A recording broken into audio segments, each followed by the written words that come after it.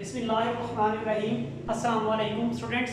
आज हमने chapter number 19 second year physics के सेकंड पार्ट के एमसीक्यूज डिस्कस करने हैं। तो इसमें बेटा हमारे पास स्टार्ट हो रहा है सबसे इम्पोर्टेंट तरीन टॉपिक फोटो इलेक्ट्रिक इफेक्ट।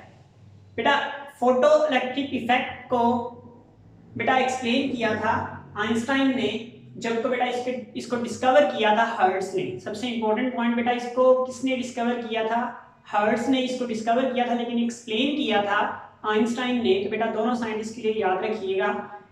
बेटा ये सबसे पहले तो होता किस तरह से है, जब हमारे पास इस बात को प्रूव कर लिया गया कि लाइट के पास पार्टिकल नेचर है, मींस मोमेंटम रखती है लाइट। तो बेटा जब इसको हमने फॉल करवाया किसी सरफेस के ऊपर, बेटा यहाँ से सपोज करें बेटा एक एटम की डिफरेंट लेयर्स हैं, सारे एटम्स की बेटा यहाँ पर लेयर्स हैं, उनमें ये बेटा क्या है, इलेक्ट्रॉन्स हैं। अब इन इलेक्ट्रॉनों के पास भी एनर्जी मूव कर रहे हैं। जैसे ही कोई लाइट रे बेटा इस पर आगे फॉल करती है तो अपनी एनर्जी इसको ट्रांसफर कर देती है, या आप ऐसे कह सकते हैं अपना मोमेंटम, ये जो फोटोन आ रहा है ये फोटोन बेटा क्या करता है, अपना मोमेंटम इस इलेक्ट्रॉन को ट्रांसफर कर देता है, इसकी एनर्जी बढ़ जाती है। ये एनर्जी बेटा ज़्यादा होने की वजह से अपने ऑर्बिट को छोड़ के यहाँ से बाहर निकल आता है। इसके पास जो बाहर निकल आता है तो इलेक्ट्रॉन मूव करता है। अगर यहाँ पर हम बेटा कोई पॉजिटिव सारी प्लेट रख दे तो जितने भी यहाँ पे हम लाइट फॉल करवाएंगे जितने भी क्रिस्टल पे, तो सारे इलेक्ट्रॉन बाहर निकलेंगे, वो किस तरफ जाएंगे, पॉजिटिव प्लेट की तरफ जाएंगे। तो मींस हम इन इलेक्ट्रॉनों को मूव करवा के करंट बना सकते हैं। इसे क्या कहते हैं, फोटो इलेक्ट्रिक इफेक्ट। एक्चुअल में क्या हुआ, ये फोटोन मुकम्मल तौर पे अब्जॉर्ब हो जाता है, अपनी सारा का सारा मोमेंटम, अपनी सारी की सारी एनर्जी इस इलेक्ट्रॉन को दे देता है, और इलेक्ट्रॉन एनर्जी गेन करके एक्साइटेड होकर बेटा मूव करता है टुवर्ड्स पॉजिटिव। इससे करंट बनता है जिसे फोटो इलेक्ट्रिक करंट कहते हैं, and that is called photo electric effect. इसे बेटा फोटो इलेक्ट्रिक इफेक्ट कहते हैं। बेटा एमसीक्यूज में हमने इंपॉर्टेंट पॉइंट्स डिस्कस करने हैं, इसको कंप्लीट डिस्कस नहीं करना, सिर्फ इंपॉर्टेंट पॉइंट्स को डिस्कस करना है। तो उनमें बेटा कुछ इंपॉर्टेंट पॉइंट्स जो सबसे ज्यादा जरूरी हैं फोटो इलेक्ट्रिक इफेक्ट के, और बहुत से एमसीक्यूज बेटा यहाँ से आ सकते हैं और मस्ट आएंगे बेटा, जरूर आएंगे। उसके लिए बेटा मैंने कुछ पॉइंट्स तैयार किए। सबसे पहले बेटा, it is a reverse process of X rays production. ये एक्स रेज प्रोडक्शन का बेटा क्या है, रिवर्स प्रोसेस है। एक्स रेज प्रोडक्शन में क्या होता था, हम इलेक्ट्रॉन्स को बेटा फॉल करवाते थे किसी मेटल के ऊपर, सॉरी किसी मटेरियल के ऊपर, तो वहां से बेटा रेज निकलती थी।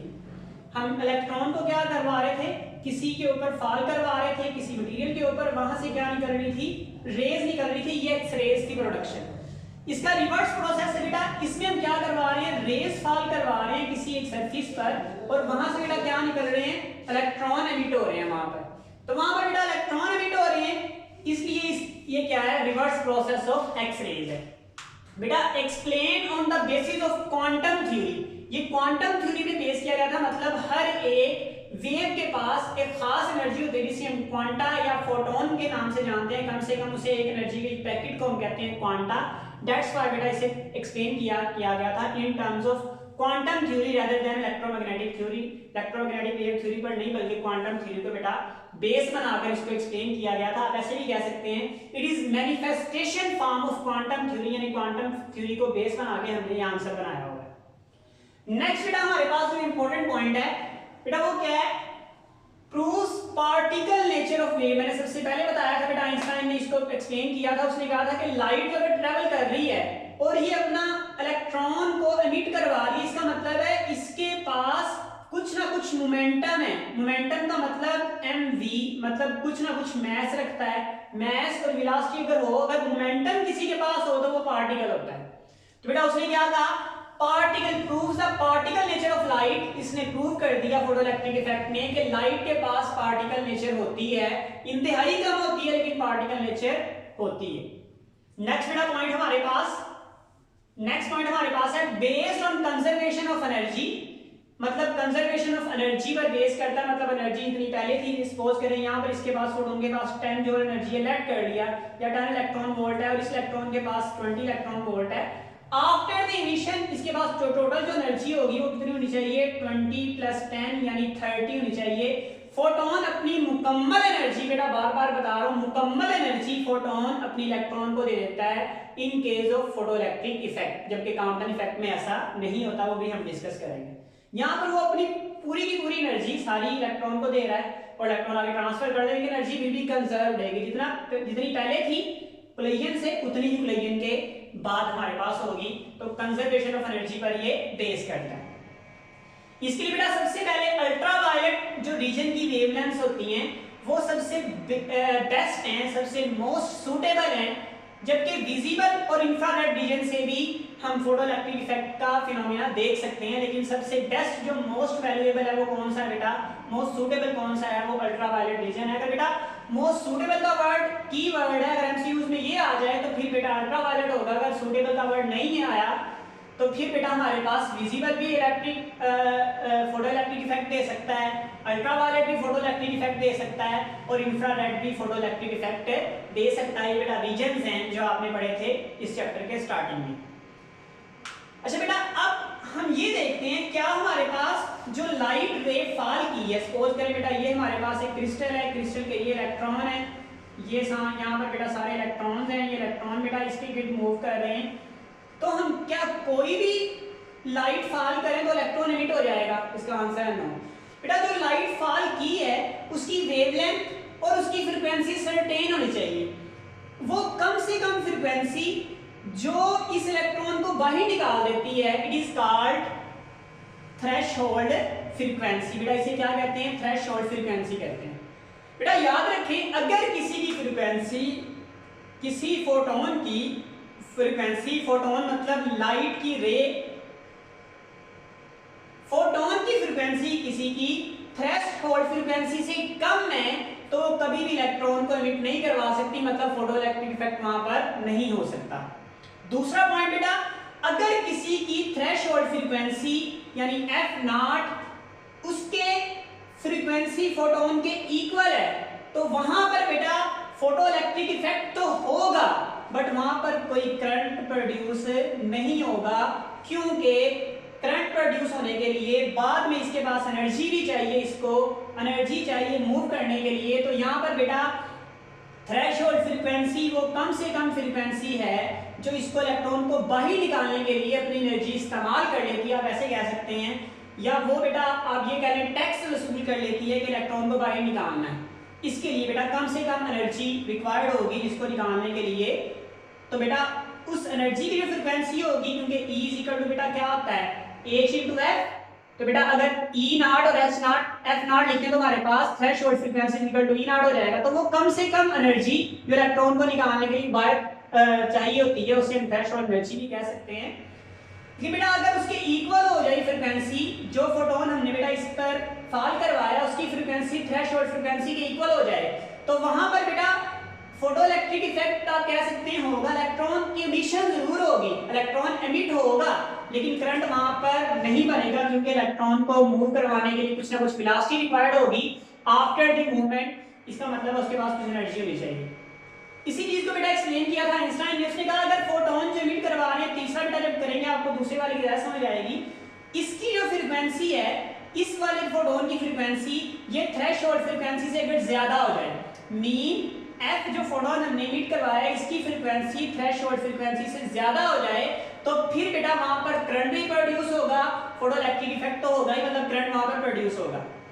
अब बेटा ये जो F अगर ज्यादा हो जाए तो यहाँ पर हमारे पास जो इसकी टोटल एनर्जी होगी ये दो कामों के लिए इस्तेमाल हो जाएगी। नंबर वन बेटा इस इलेक्ट्रॉन को बाहर निकालने के लिए उसे हम कहेंगे वर्क फंक्शन, वर्क में इस्तेमाल हो जाएगी, और नंबर टू बेटा जो बाकी रह जाएगी वो इलेक्ट्रॉन जो मूव कर रहा होगा उसकी काइनेटिक एनर्जी बन जाएगी, उसको कहेंगे काइनेटिक एनर्जी मैक्सिमम, यानी जो electron maximum kinetic energy gain कर सकता है। अगर किसी की काइनेटिक एनर्जी मैक्सिमम 0 होती है इसका मतलब है आप ये कह सकते हैं कि वहां पर एनर्जी वर्क फंक्शन के बराबर है, तो आप ये भी कह सकते हैं उसकी थ्रेशोल्ड फ्रीक्वेंसी फोटोन की फ्रीक्वेंसी के इक्वल है।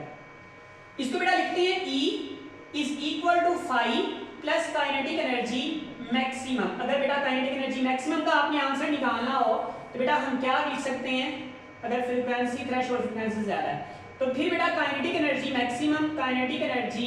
मैक्सिमम इज इक्वल टू बेटा क्या आ जाता है एनर्जी माइनस वर्क फंक्शन। बेटा ये एनर्जी किसकी है, ये एनर्जी हमारे पास बेटा है उस फोटोन की जो फोटोन ने एमिट करवाया है, सपोज करें इसके पास यहाँ पर एनर्जी 10 जूल है, तो यहाँ बेटा ने जूल या 10 इलेक्ट्रॉन वोल्ट लिखे, तो इसमें वर्क फंक्शन में जो इस्तेमाल हो गई, कुछ वर्क फंक्शन में इस्तेमाल हो गई और बाकी एनर्जी उसने किसको दे दी, इलेक्ट्रॉन को दे दी आगे मूव करवाने के लिए, उसकी वजह से उसके पास काइनेटिक एनर्जी बन जाएगी। लेकिन अगर किसी के पास एनर्जी उसी के इक्वल आ जाए, मतलब काइनेटिक एनर्जी कितनी आ रहा है बेटा, 0 आ रहा है, मतलब इलेक्ट्रॉन मूव नहीं कर रहा है, इसका मतलब है एनर्जी इज इक्वल टू किसके आ गया, वर्क फंक्शन के।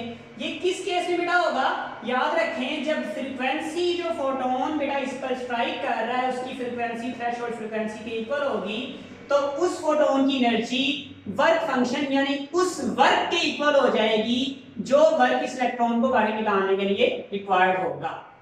इसको बेटा हम मजीद आगे भी एक्सप्लेन करेंगे और अच्छे से जरा देखेंगे, यहाँ पर भी बेटा हमने लिखा है, वैसे मजीद भी इसको हम एक्सप्लेन कर देंगे। नेक्स्ट बेटा हमारे पास इसी पॉइंट से मैंने कुछ पॉइंट्स लिखे हुए हैं, वो भी मैं आपको बताता हूँ। अभी लास्ट वाले पॉइंट को बेटे पॉइंट की तरफ चलते हैं। बेटा negative potential is required to stop the electron, एक मिनट बाद इलेक्ट्रॉन निकलना शुरू हो गए, इनको स्टॉप करने के लिए बेटा जो पोटेंशियल चाहिए होगा उसको बोलेंगे स्टॉपिंग पोटेंशियल। उसे बेटा क्या नाम देते हैं, स्टॉपिंग पोटेंशियल का भी नाम देते हैं। ये बेटा हमारे पास क्या होगा, स्टॉपिंग पोटेंशियल। स्टॉपिंग पोटेंशियल बेटा इसे हम कहते हैं स्टॉपिंग पोटेंशियल। तो बेटा यहाँ पर हमारे पास स्टॉपिंग पोटेंशियल ये बन जाए, ये किसके इक्वल होगा, kinetic energy is equal to V naught into E। हमें पता है बेटा काइनेटिक एनर्जी किसके इक्वल होती है, V naught into E। V यहाँ पर बेटा क्या है, स्टॉपिंग पोटेंशियल है। अगर इन टर्म्स ऑफ आप इसको मैस रिप्रेजेंट करना चाहते हैं तो काइनेटिक एनर्जी बेटा 1/2 mv²। अब यहाँ पर काइनेटिक एनर्जी बेटा ये मैक्सिमम होगी जो इलेक्ट्रॉन के पास है आफ्टर द इमिशन, और वेलोसिटी बेटा क्या होगी, मैक्सिमम होगी। तो V naught is equal to बेटा हमारे पास क्या आ जाएगा, इनटू E। अगर वेलोसिटी बेटा कैलकुलेट करनी है तो वेलोसिटी ऑफ इलेक्ट्रॉन या maximum velocity of electron V naught multiply by charge of electron multiply by 2 divided by m, या आप इसको ऐसे भी लिख सकते हैं, velocity maximum for an electron is equal to 2 into V naught E over m, इस सारे का अंडर रूट। तो ये बेटा क्या है, यहाँ पर वेलोसिटी है और ये V यहाँ पर बेटा क्या है, स्टॉपिंग पोटेंशियल है, जो उसको निकालने के लिए, उसको रोकने के लिए रिवर्स साइड पर, नेगेटिव साइड पर दिया जाता है, यानी उल्टा साइड पर जो पोटेंशियल दिया जाता है उसे क्या कहते हैं, स्टॉपिंग पोटेंशियल बेटा हम कहते हैं। अब बेटा वेलोसिटी मैक्सिमम किस चीज पर डिपेंड करती है, देखिए बेटा वेलोसिटी मैक्सिमम डिपेंड करती है स्टॉपिंग पोटेंशियल पर। अगर इसको डबल कर देंगे या 4 गुना कर देंगे तो वेलोसिटी 2 गुना बढ़ेगी क्योंकि अंडर रूट है, और मैस के इनवर्स है। अगर मैस जो है वो जो इलेक्ट्रॉन मूव कर रहा है, जितने पार्टिकल मूव कर रहे हैं उसका यहाँ पर 2 इलेक्ट्रॉन मूव कर रहे हैं, 4 इलेक्ट्रॉन मूव कर रहे हैं, तो इससे बेटा वेलोसिटी जो होगी उन इलेक्ट्रॉनों की चेंज हो सकती है। मतलब मैस इलेक्ट्रॉन का नॉर्मली कांस्टेंट रहता है, लिहाजा वेलोसिटी कांस्टेंट रहती है। वेलोसिटी बेटा डायरेक्टली किसके प्रोपोर्शनल हो जाएगी, वेलोसिटी जो होगी वो डायरेक्टली प्रोपोर्शनल हो जाएगी under root into V naught, क्योंकि यहाँ पर चार्ज 2 और m सारे क्या होंगे, कांस्टेंट होंगे, तो मैक्सिमम वेलोसिटी V नॉट के और काइनेटिक एनर्जी भी किसके डायरेक्टली प्रोपोर्शनल होगी बेटा, V नॉट के डायरेक्टली प्रोपोर्शनल होगी। अच्छा बेटा मोस्ट इंपॉर्टेंट पॉइंट्स आगे, इंटेंसिटी ऑफ लाइट हम जो फॉल करवा रहे हैं बेटा, किसी क्रिस्टल के ऊपर जो लाइट हम फॉल करवा रहे थे, उस क्रिस्टल के ऊपर जिस लाइट जो फॉल करवा रहे थे उसकी इंटेंसिटी अगर हम चेंज करें, इंटेंसिटी अगर चेंज करें तो क्या चीज चेंजिंग होगी, अगर हम बेटा फ्रीक्वेंसी चेंज करें तो क्या चीजें चेंज होगी। तो बेटा याद रखें इंटेंसिटी ऑफ लाइट, किस चीज की लाइट बेटा, जो लाइट हम उस पर फॉल करवा रहे हैं उसकी इंटेंसिटी नंबर ऑफ इलेक्ट्रॉन्स के डायरेक्टली प्रोपोर्शनल होगी। बेटा वर्ड क्या है, डायरेक्टली प्रोपोर्शनल, मतलब इंटेंसिटी ऑफ लाइट बढ़ेगी तो नंबर ऑफ इलेक्ट्रॉन्स क्या होंगे, बढ़ेंगे। और हमने पढ़ा था बेटा I इज इक्वल टू होता है delta Q by delta T। तो बेटा अगर यहाँ पर चार्जेस बढ़ रहे हैं तो इसका मतलब है करंट भी क्या होगा, बढ़ेगा। इट मीन ये डायरेक्टली प्रोपोर्शनल किस चीज के हो जाएगा, डायरेक्टली प्रोपोर्शनल करंट के हो जाएगा, जो फोटो इलेक्ट्रिक करंट होगा। अगर लाइट की इंटेंसिटी हम ज्यादा फॉल करवा रहे हैं तो करंट बेटा क्या होगा, ज्यादा होगा। अगर कम इंटेंसिटी की लाइट फॉल करवा रहे हैं तो करंट क्या होगा, कम होगा। ये बेटा यहाँ पर ये ग्राफ भी इस चीज को एक्सप्लेन कर रहा है कि अगर हमने बेटा सपोज करें बेटा ये हमारे पास V जो है यहाँ पर स्टॉपिंग पोटेंशियल है, आप इसे कह सकते हैं V नॉट भी कह सकते हैं इसे, या माइनस V नॉट कह सकते हैं। और यहाँ पर बेटा हमारे पास क्या है, यहाँ पे हमारे पास हमारे पास बेटा इंटेंसिटी ऑफ लाइट है, ये सेकंड इंटेंसिटी ऑफ लाइट है। अगर बेटा इंटेंसिटी ऑफ लाइट बढ़ जाती है तो करंट भी क्या हो जाएगा बेटा, यहाँ पर हमारे पास बढ़ जाएगा। मतलब ये देखें बेटा, ये दो डिफरेंट इंटेंसिटीज हैं और इंटेंसिटी 2 जो है बेटा वो बड़ी है इंटेंसिटी 1 से। इसका मतलब है जो 2 इंटेंसिटी की वजह से करंट बन रहा है वो ज्यादा बन रहा है, और जो इंटेंसिटी 1 आई बेटा ये इंटेंसिटी को रिप्रेजेंट कर रहा है, ये करंट को रिप्रेजेंट कर रहा है। तो बेटा यहाँ पर जिस लाइट की इंटेंसिटी ज्यादा होगी उसकी वजह से करंट क्या बनेगा, ज्यादा बनेगा, और जिस लाइट की इंटेंसिटी कम होगी उसकी वजह से करंट क्या बनेगा, कम बनेगा। इस ग्राफ में बेटा दो और इंपॉर्टेंट पॉइंट है बेटा, वो क्या है, देखिए बेटा दोनों की इंटेंसिटी डिफरेंट है लेकिन दोनों का स्टॉपिंग पोटेंशियल फिर भी एक है। इसका मतलब है कि स्टॉपिंग पोटेंशियल और इंटेंसिटी के दरमियान अगर ग्राफ बनाया जाए तो बेटा इंटेंसिटी के बढ़ाने से, सपोज करें बेटा ये हम यहाँ पर एक ग्राफ ड्रा कर लेते हैं छोटा सा। उस ग्राफ में बेटा यहाँ पर हम कह रहे हैं ये इंटेंसिटी है, ये बेटा हमारे पास क्या है, इंटेंसिटी है बेटा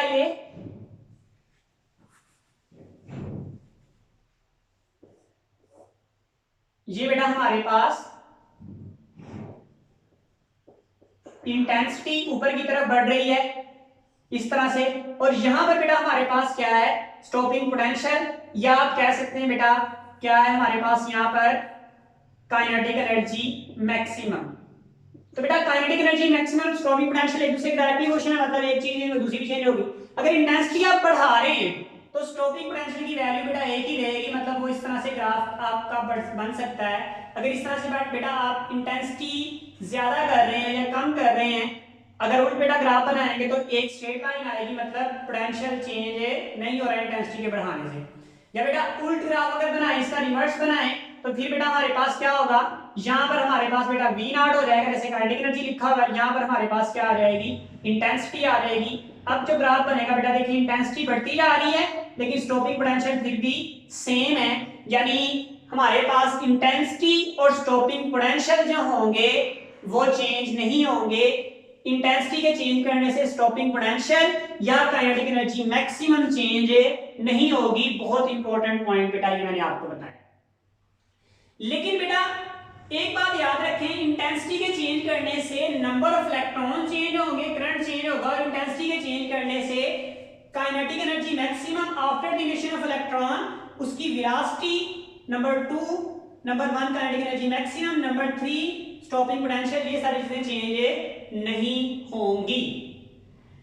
इसके बाद बेटा अगर हम फ्रीक्वेंसी की बात करें, इंटेंसिटी के बजाय बेटा आप किसकी बात करें, फ्रीक्वेंसी की बात करें, तो बेटा फ्रीक्वेंसी के चेंज करने से, अगर बेटा हम फ्रीक्वेंसी की यहां पर बात करें तो फ्रीक्वेंसी के चेंज करने से स्टॉपिंग पोटेंशियल चेंज हो सकता है।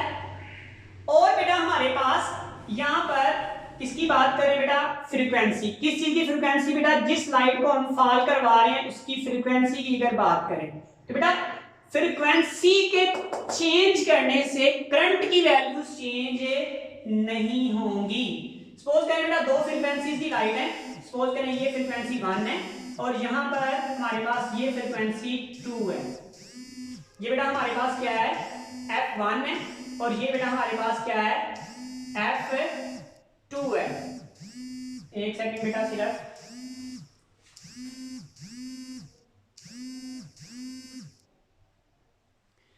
हमारे पास बेटा ये फ्रीक्वेंसी f1 है और ये फ्रीक्वेंसी क्या है, f2 है। और बेटा जिसकी फ्रीक्वेंसी कम होगी उसका स्टॉपिंग पोटेंशियल कम होगा, जिसकी फ्रीक्वेंसी ज्यादा होगी स्टॉपिंग पोटेंशियल ज्यादा होगा। यहाँ पर f2 जो है वो बड़ा है किससे बेटा, f1 से। अगर फ्रीक्वेंसी बढ़ा रहे हैं तो स्टॉपिंग पोटेंशियल बेटा V नॉट जो हो रहा है वो बढ़ रहा है, देखिए नेगेटिव की तरफ बढ़ रहा है लेकिन फिर भी क्या हो रहा है, बढ़ रहा है। दैट्स व्हाई बेटा फ्रीक्वेंसी जो है वो डिपेंड करेगी स्टॉपिंग पोटेंशियल पे, लेकिन फ्रीक्वेंसी बेटा इंडिपेंडेंट होगी किस चीज से, करंट के। करंट की वैल्यू बेटा दोनों क्या है, सेम है। इस ग्राफ को बेटा जरा देखें, जरा मीट करके देखें, फिर आपको बेटा ज्यादा चीजों की समझ आएगी। यहां पे बेटा देखिए हमारे पास ये एक फ्रीक्वेंसी की लाइट है, इसको हम नाम दे रहे हैं f1। दूसरी बेटा हमारे पास जो लाइट है सेकंड फ्रीक्वेंसी की है उसको हम बेटा नाम दे रहे हैं, इसको बेटा नाम दे रहे हैं हम f2। बेटा इन दोनों में जो करंट की वैल्यूज हैं वो चेंज नहीं हो रही, लेकिन स्टॉपिंग पोटेंशियल दोनों के लिए क्या हो रहा है, चेंज हो रहा है। इसका मतलब बेटा ये हुआ कि यहां पर फ्रीक्वेंसी जो होगी वो डायरेक्टली प्रोपोर्शनल होगी किस चीज के, स्टॉपिंग पोटेंशियल के। या आप ऐसे भी कह सकते हैं जो फ्रीक्वेंसी होगी वो डायरेक्टली प्रोपोर्शनल होगी काइनेटिक एनर्जी मैक्सिमम के।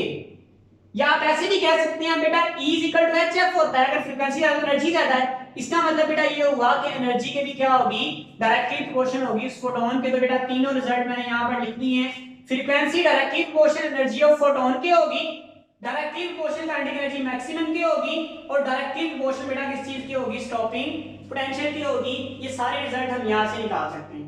लेकिन बेटा याद रखें फ्रीक्वेंसी ऑफ फोटोन जो होगा वो इंडिपेंडेंट होगा किस चीज से, करंट से। करंट की वैल्यू के चेंज करने से उसमें कोई फर्क नहीं आएगा। और इसी तरह से बेटा अगर काइनेटिक एनर्जी मैक्सिमम की हम लोग बात करें तो यहाँ पर बेटा नेक्स्ट एक और ग्राफ देख लेते हैं पहले। देखिए बेटा अगर आपको कहा जाए कि graph between frequency and current, तो बेटा अभी मैंने आपको बताया कि फ्रीक्वेंसी के चेंज करने से करंट की वैल्यूज चेंज नहीं होंगी। सपोज करें बेटा आप एक ग्राफ बना रहे हैं, ये फ्रीक्वेंसी है जो चेंज हो रही है इस तरह से, और ये हमारे पास बेटा करंट है जो, तो हमारे पास एक स्ट्रेट लाइन इस तरह से आएगी। मतलब करंट की वैल्यू यही रहेगी, फ्रीक्वेंसी इतनी मर्जी बढ़ती जाए। लिहाजा फ्रीक्वेंसी इंडिपेंडेंट है किस चीज से बेटा, करंट से।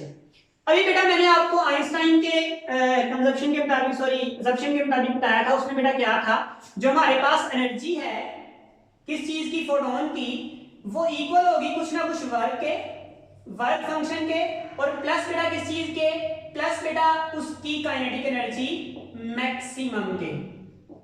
अच्छा बेटा अब यहां पे बेटा देखें E = हम क्या लिख सकते हैं, hf वर्क फंक्शन हम फाई से रिप्रेजेंट करते हैं, प्लस काइनेटिक एनर्जी मैक्सिमम आ जाएगी। बेटा नॉर्मली काइनेटिक एनर्जी मैक्सिमम तरीकों से क्वेश्चन पूछे जाते हैं, तो ये भी वर्क फंक्शन है यानी एनर्जी है। एनर्जी भी किसके इक्वल होगी बेटा, वर्क किसके इक्वल होगा, एनर्जी किसके इक्वल होगी बेटा, h × f। लेकिन ये थ्रेशोल्ड फ्रीक्वेंसी, तो यहाँ पर क्या आ जाएगा f0, और यहाँ पर क्या आ जाएगा E0। तो हम यहाँ पर लिख सकते हैं h × f, h × f माइक is equal to h × f0 plus kinetic energy maximum.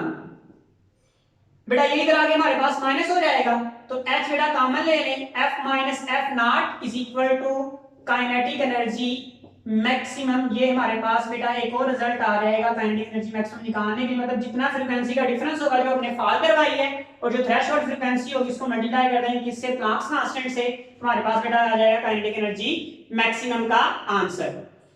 Next बेटा देखें, जो वर्क फंक्शन होता है वो सिर्फ किस पर डिपेंड करता है, मेटल पर डिपेंड करता है, और किसी चीज पर, इंटेंसिटी पर या फ्रीक्वेंसी पर वो डिपेंड नहीं करता। बेटा अगर काइनेटिक एनर्जी आप बढ़ाना चाह रहे हैं तो आपको वर्क फंक्शन क्या करना पड़ेगा, कम करना पड़ेगा। मतलब वर्क कम से कम हो तो काइनेटिक एनर्जी ज्यादा हो जाएगी। क्योंकि बेटा देखिए सपोज करें जो हमने फोटोन एमिट करवाया उसकी एनर्जी बेटा 10 जूल है, उसने अगर वर्क इस्तेमाल हो गया इलेक्ट्रॉन को निकालने के लिए 10 में से 3 जूल इस्तेमाल, काइनेटिक एनर्जी 7 रह जाएगी। लेकिन बेटा अगर वर्क फंक्शन कम इस्तेमाल करेगा, मतलब 10 में सिर्फ 1 इस्तेमाल करेगा, तो काइनेटिक एनर्जी क्या रहेगी, ज्यादा। लिहाजा काइनेटिक एनर्जी मैक्सिमम बेटा वर्क फंक्शन के क्या होगी, इनवर्सली प्रोपोर्शनल होगी। इस तरह से बेटा थ्रेशोल्ड फ्रीक्वेंसी के भी क्या होगी, इनवर्सली प्रोपोर्शनल होगी। यहां से बेटा बहुत से आपके एमसीक्यूज क्लियर हो सकते हैं, इसको बेटा अच्छे से तैयार कीजिएगा, अच्छे से बेटा देखिएगा। इसे बेटा next, electrons are emitted with different energies. Electrons emit होंगे बेटा डिफरेंट एनर्जी के, मैंने आपको लिख दिया। फ्रीक्वेंसी डायरेक्टली प्रोपोर्शनल v0 की और काइनेटिक एनर्जी मैक्सिमम की होगी। इसका मतलब ये हुआ बेटा फ्रीक्वेंसी जब बेटा हम चेंज करेंगे तो नंबर ऑफ इलेक्ट्रॉन चेंज नहीं होंगे, लेकिन जो एमिट हो रहे हैं उनकी वेलोसिटी बेटा क्या हो सकती है, चेंज हो सकती है। लिहाजा नंबर ऑफ इलेक्ट्रॉन सेम रहेंगे लेकिन वेलोसिटी उनकी सेम नहीं रहेगी, लिहाजा काइनेटिक एनर्जी भी सेम नहीं रहेगी। यहां तो बेटा फोटो इलेक्ट्रिक इफेक्ट था, और इसमें से ये ग्राफ जो है बहुत से बेटा मैंने पहले ही बनाए हैं। ग्राफ के मुताबिक बेटा बहुत से टेक्निकल ये इंपॉर्टेंट पॉइंट्स है बेटा, और वेलोसिटी के बेटा इंपॉर्टेंट पॉइंट है, काइनेटिक एनर्जी के इंपॉर्टेंट पॉइंट है, फ्रीक्वेंसी के इंपॉर्टेंट पॉइंट है, जो आपके एमसीक्यूज के लिए बहुत बहुत बहुत जरूरी है।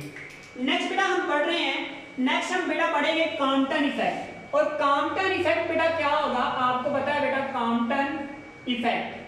बेटा कॉम्पटन इफेक्ट और फोटोइलेक्ट्रिक इफेक्ट में जो सबसे मेन डिफरेंस है बेटा वो क्या है? बेटा वो हमारे पास ये है कि फोटोइलेक्ट्रिक इफेक्ट में फोटोन जो था इलेक्ट्रॉन से स्ट्राइक किया और अपनी सारी की सारी एनर्जी उसने इलेक्ट्रॉन को दे दी।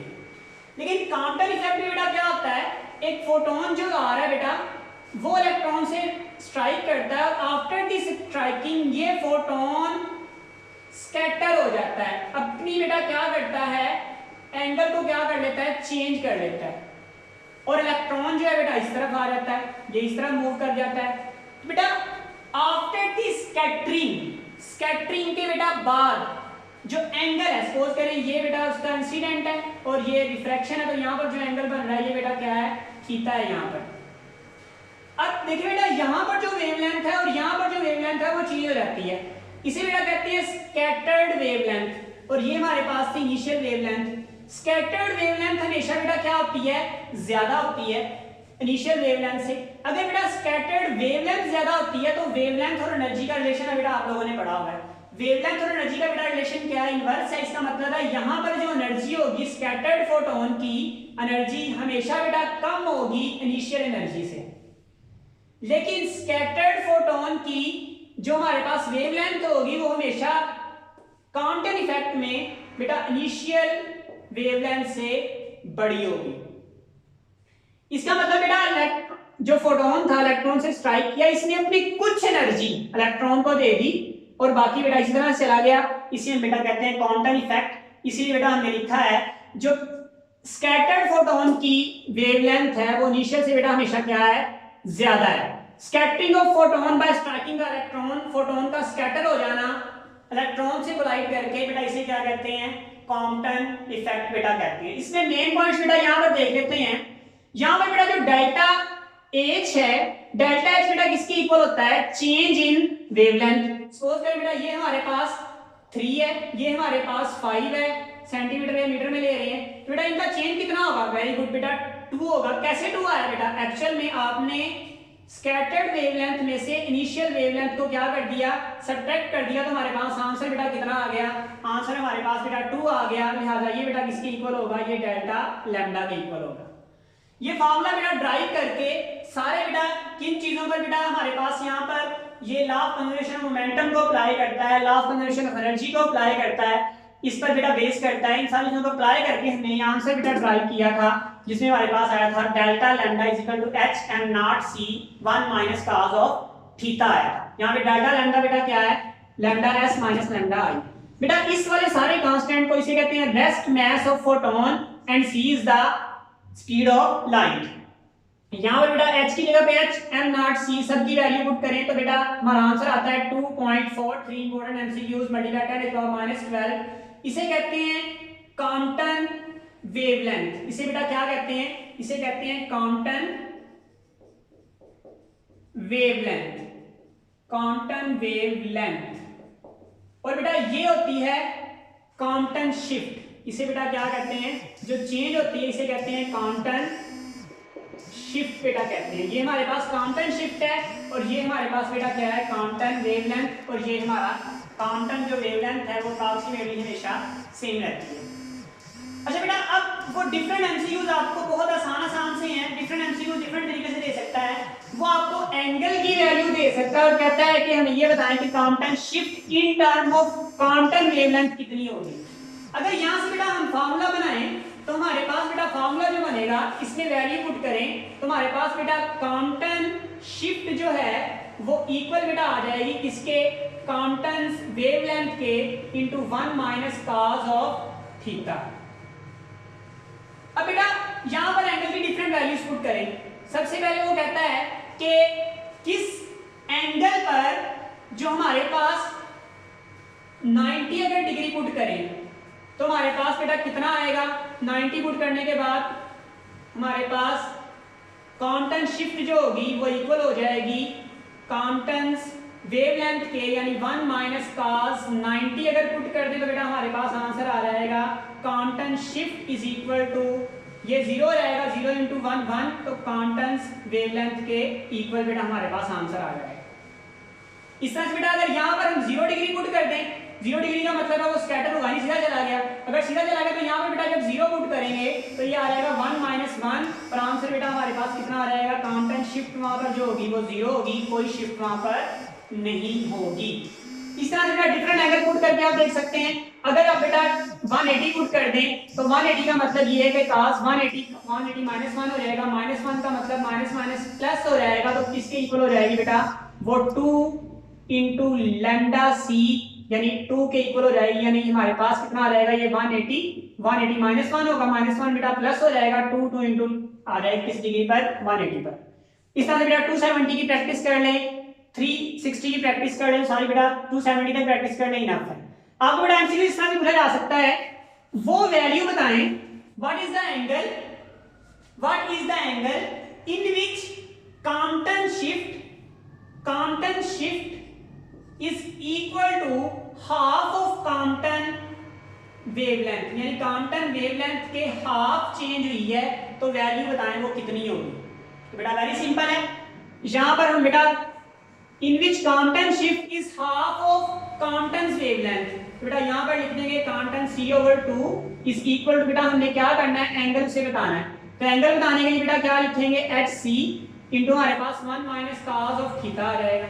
बेटा ये c से कैंसिल हो जाएगा, 1/2 is equal to 1 - cos of theta.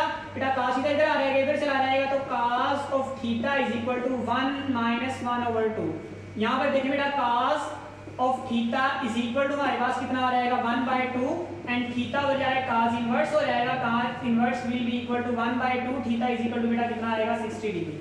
यानी 60 डिग्री पर जो कॉम्पटन शिफ्ट है, चेंज इन वेवलेंथ जो है बेटा वो कॉम्पटन वेवलेंथ के आधी हो जाएगी।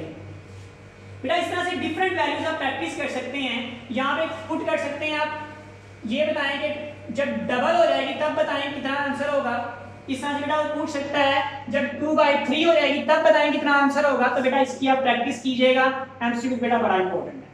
इस तरह से बेटा दूसरा एमसीक्यू को किस तरह से दे सकता है, वो ये कह सकता है कि हमारे पास ये बताएं कि अगर कॉम्पटन जो वेवलेंथ है वो भी बेटा इन टर्म्स ऑफ शिफ्टिंग पूछ सकता है। वो कहता है कॉम्पटन जो वेवलेंथ है वो किस एंगल पर, किस थीटे पर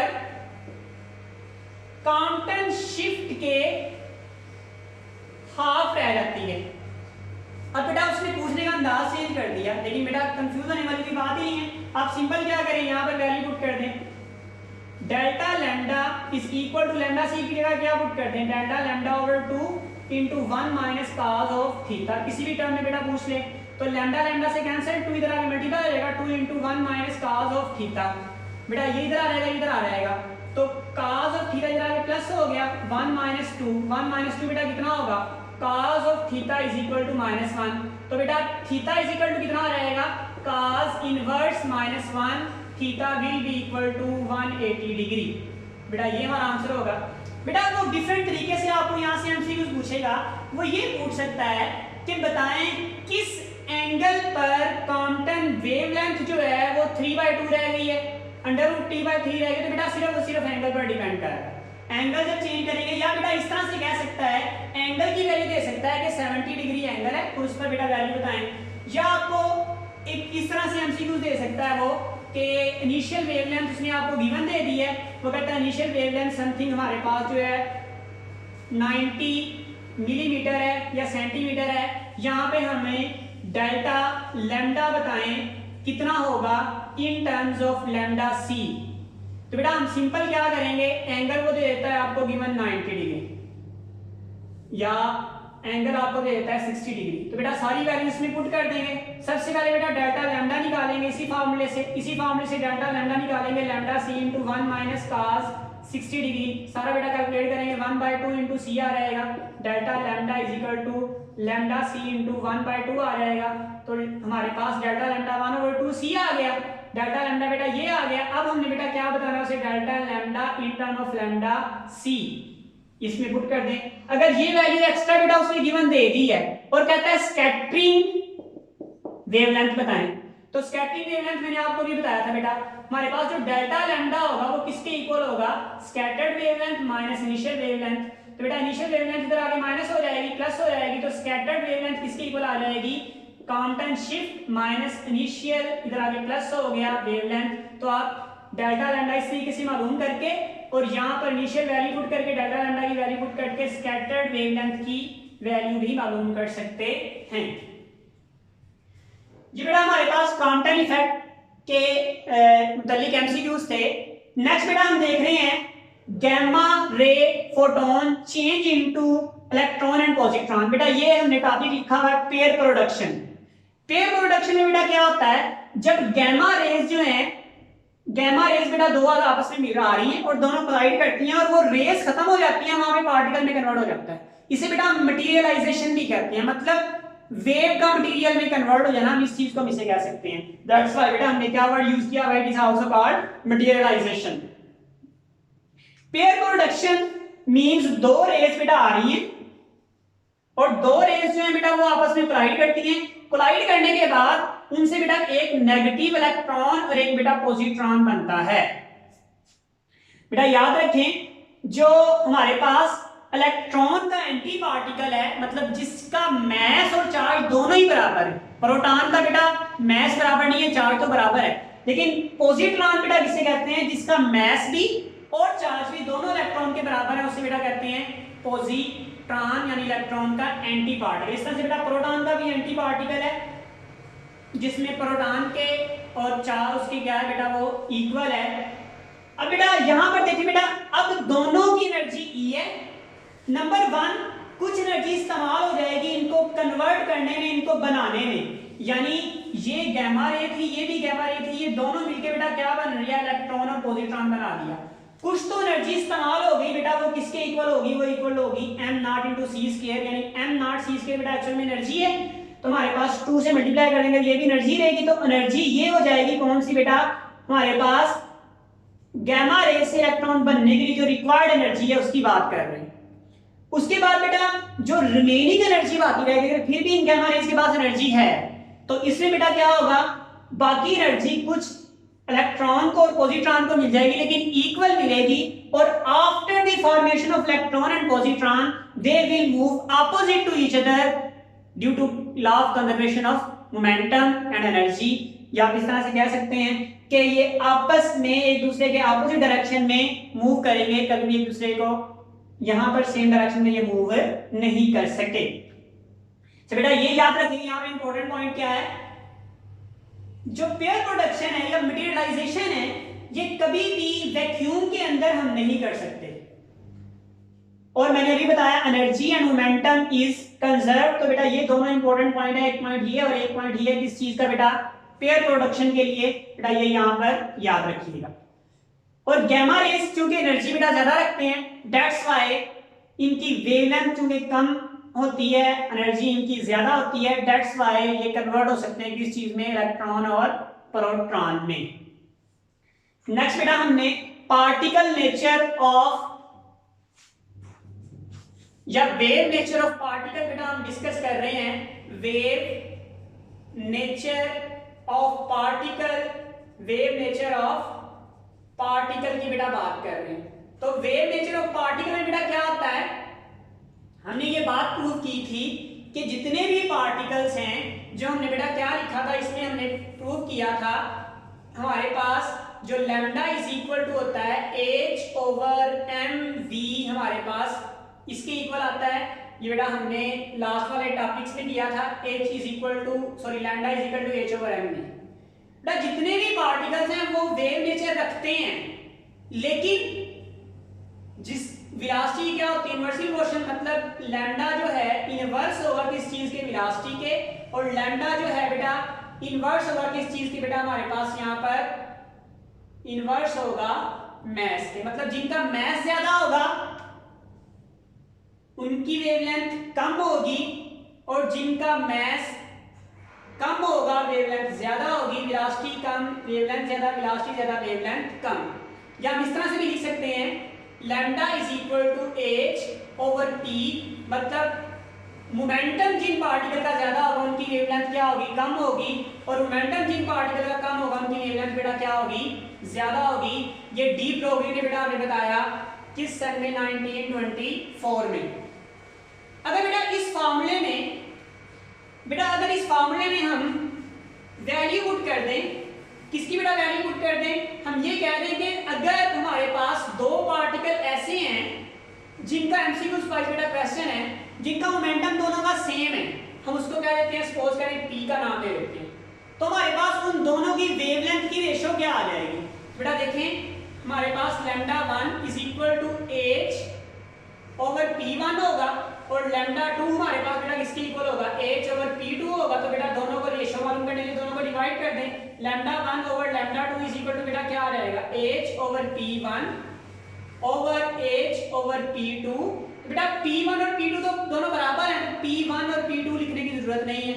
बेटा p से क्या आ रहा है कैंसिल, h से क्या आ रहा है कैंसिल, तो आंसर बेटा किसके इक्वल आ जाएगा 1 के। Lambda 1 into lambda 2 will be equal to 1, इन दोनों की रेशियो बेटा क्या आएगी 1 आएगी। इस तरह से बेटा अगर वो कह देता है कि सेम मैसेज है दोनों के, अगर बेटा मैसेज दोनों के सेम वो कह देता है, तो फिर यहाँ पर हमारे पास आई थिंक ये मिस्टेक की हुई है, अगर लिखा हो, चलिए इसको ट्राई कर लेते हैं। बेटा हमारे पास लैम्डा 1 इज इक्वल टू होगा h ओवर m1 v1 और लैम्डा 2 हमारे पास होगा h ओवर m2 v2। बेटा हम ये कह सकते हैं, अब वो कह रहा है दोनों के मैथ इक्वल है, इसको किसके इक्वल रख लेते हैं, तो यहाँ पर भी हम पुट कर देंगे, यहाँ पर भी हम पुट कर देंगे, lambda 1 over lambda 2 is equal to बेटा हमारे पास आ जाएगा h over m into v1, इसकी जगह m1 की जगह m लिख दिया, into h over m into v2। तो बेटा हमारे पास अगर मैथ्स दोनों क्या है सेम है, तो बेटा h से कैंसिल हो जाएगा, m इस m से कैंसिल हो जाएगा, बेटा ये ऊपर चला जाएगा और ये नीचे आ जाएगा, तो हमारा आंसर बेटा क्या बनेगा उस केस में v2 ओवर v1 के इक्वल होगा। इसी तरह से बेटा अगर वो कह देता है कि हमारे पास, आप कर सकते हैं बेटा इसको फुल सॉल्व, अगर बेटा वो कह देता है कि हमारे पास दोनों ऑब्जेक्ट्स के की वेलोसिटी जो है वो इक्वल है, क्या चीज इक्वल है बेटा, वेलोसिटी इक्वल है, तो उस वक्त बेटा बताएं दोनों वेवलेंथ की रेशो क्या होगी, lambda 1 over lambda 2 will be equal to lambda 2 over lambda 1, यानी सॉरी m2 ओवर m1, इसका आंसर आएगा m2 ओवर m1। बेटा इसे कहते हैं इनवर्स लॉ, यानी एक दूसरे के इनवर्स होंगे, आपने फर्स्ट ईयर में ये चीजें बेटा पढ़ी थी। बेटा ये बहुत सी चीजों के लिए अप्लाई हो सकता है, सपोज करें बेटा वो आपको कहता है कि ratios of electron sorry proton and alpha particle, यानी प्रोटॉन के और अल्फा पार्टिकल की रेशो बताएं। अब बेटा देखें यहां पर वो कहता है मूव्स विद इक्वल वेलोसिटी, अगर वो किससे मूव कर रहे हैं, इक्वल वेलोसिटी से मूव कर रहे हैं, तो उन दोनों की रेशो बताएं किसके इक्वल होगी। चलो बेटा देख लेते हैं, अगर बेटा वेलोसिटी इक्वल है तो इसका मतलब है रेशो हमारे पास ये आ जाएगी, हम इसके लिए कह देते हैं ये हमारे पास किसका है बेटा, ये हमारे पास प्रोटॉन का है, तो प्रोटॉन बेटा यहाँ पर लिख लेते हैं, ये अल्फा पार्टिकल का तो यहाँ पे अल्फा पार्टिकल लिख लेते हैं, क्योंकि h p over h lambda हमें मालूम करना है, तो ये हमारे पास बेटा क्या होगा अल्फा होगा, और ये क्या होगा हमारे पास बेटा p होगा। अब बेटा अल्फा का जो मास है उसमें 2 न्यूट्रॉन और 2 प्रोटॉन होते हैं, इसका मतलब है टोटल मास कितना आ जाएगा 4, तो हमारे पास कितना आ जाएगा 4 into mass of proton plus mass of proton, तो mass of proton mass of proton cancel हो जाएगा, आंसर बेटा कितना आ जाएगा will be equal to 4, answer बेटा कितना आ जाएगा विल बी इक्वल टू 4 आ जाएगा।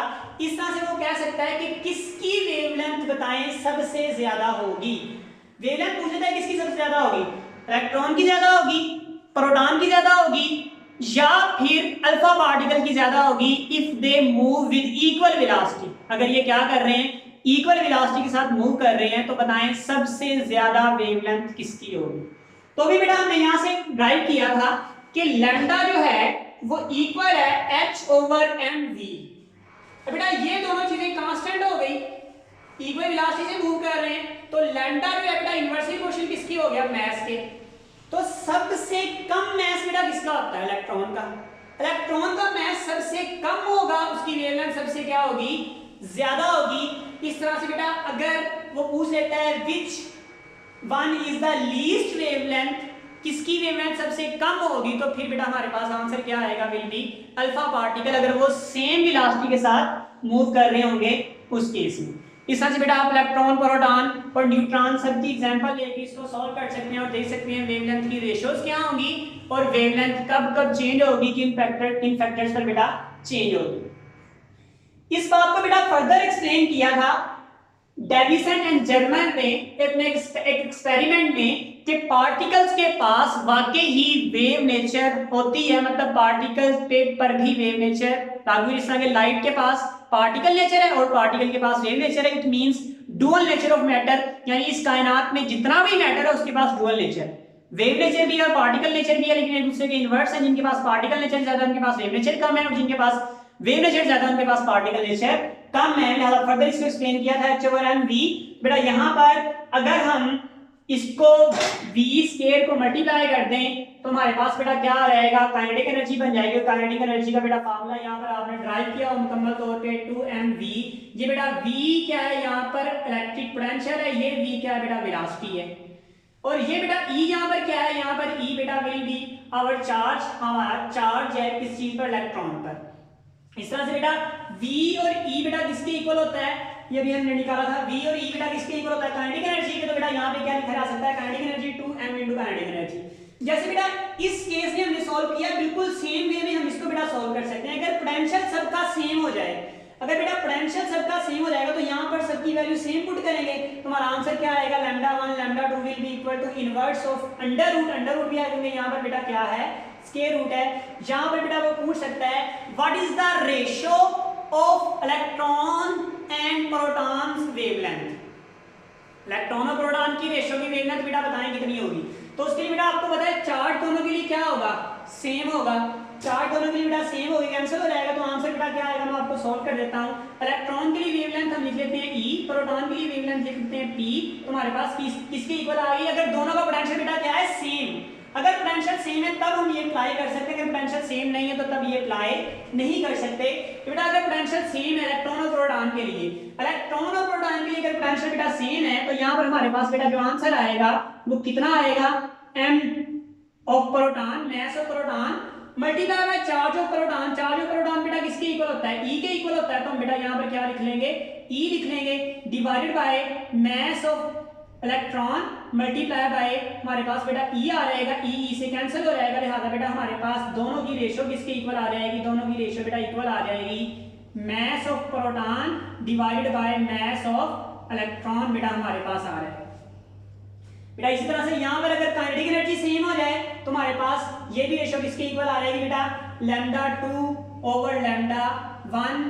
λ1/λ2 is equal to inverse of their masses के बेटा इक्वल आ जाएगी। इसमें बेटा जो उन्होंने वोल्टेज इस्तेमाल किया था 54 था 18 की, और जो एंगल इस्तेमाल स्कैटर हुआ था वो 60 डिग्री था। ये भी बेटा इसमें इंपॉर्टेंट एमसीक्यू है। बेटा लास्ट जो हमारा टॉपिक है वो हमारा बेटा है हाइजेनबर्ग अनसर्टेनिटी प्रिंसिपल। उसको बेटा सॉल्व करने के लिए यहाँ पर थोड़ा सा हम लिख लेते हैं, यहाँ पर वर्क कर लेते हैं। चलें, uncertainty principle, Heisenberg uncertainty principle बेटा ये हमें बताता है कि हम पोजीशन और मोमेंटम, किसी ऑब्जेक्ट का पोजीशन और किसी ऑब्जेक्ट का मोमेंटम साइमल्टेनियसली मेजर नहीं कर सकते, इकट्ठा मेजर नहीं कर सकते।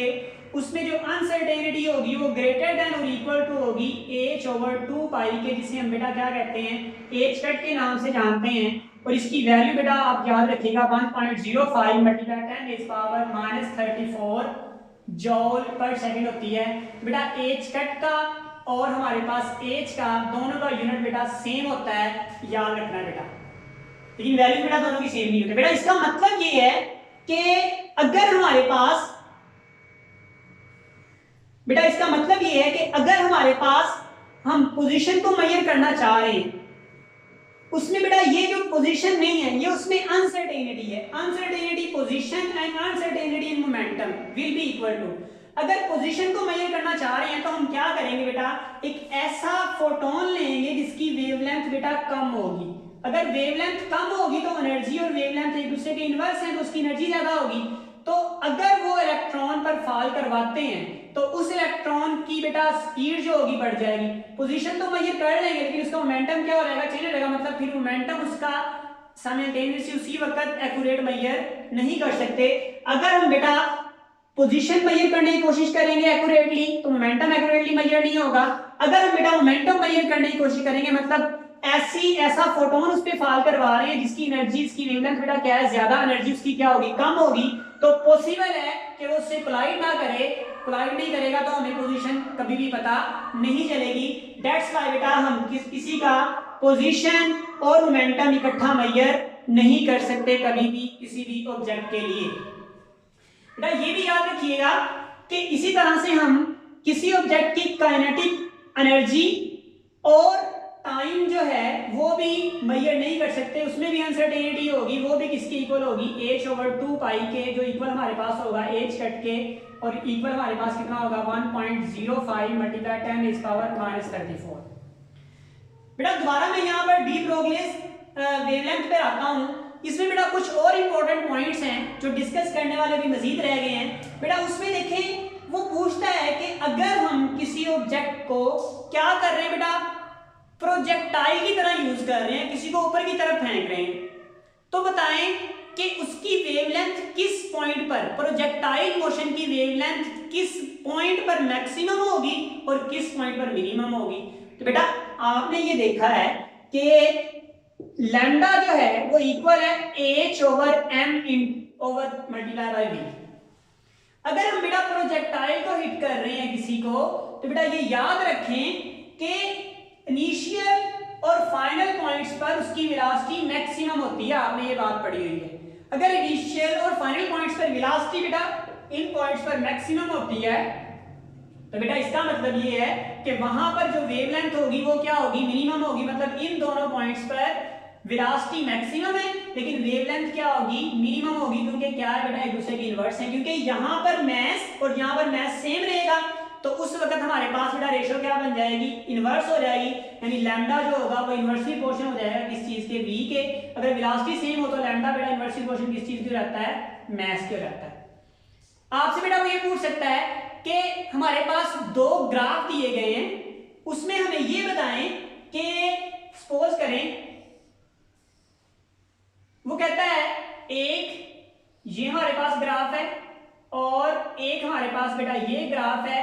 इन दोनों के लिए बेटा वो बात ये कर रहा है कि यहां पर हमारे पास ये वेलोसिटी के फैक्टर्स हैं, तो बताएं किस की वेवलेंथ ज्यादा होगी। अब देखिए बेटा वेलोसिटी जो है वो किसकी कम है, इस वाले की वेलोसिटी कम है, वेलोसिटी कम होगी तो इसकी वेवलेंथ क्या होगी, ज्यादा होगी। इस तरह से बेटा फ्रीक्वेंसी के टर्म्स में आपको दे सकता है।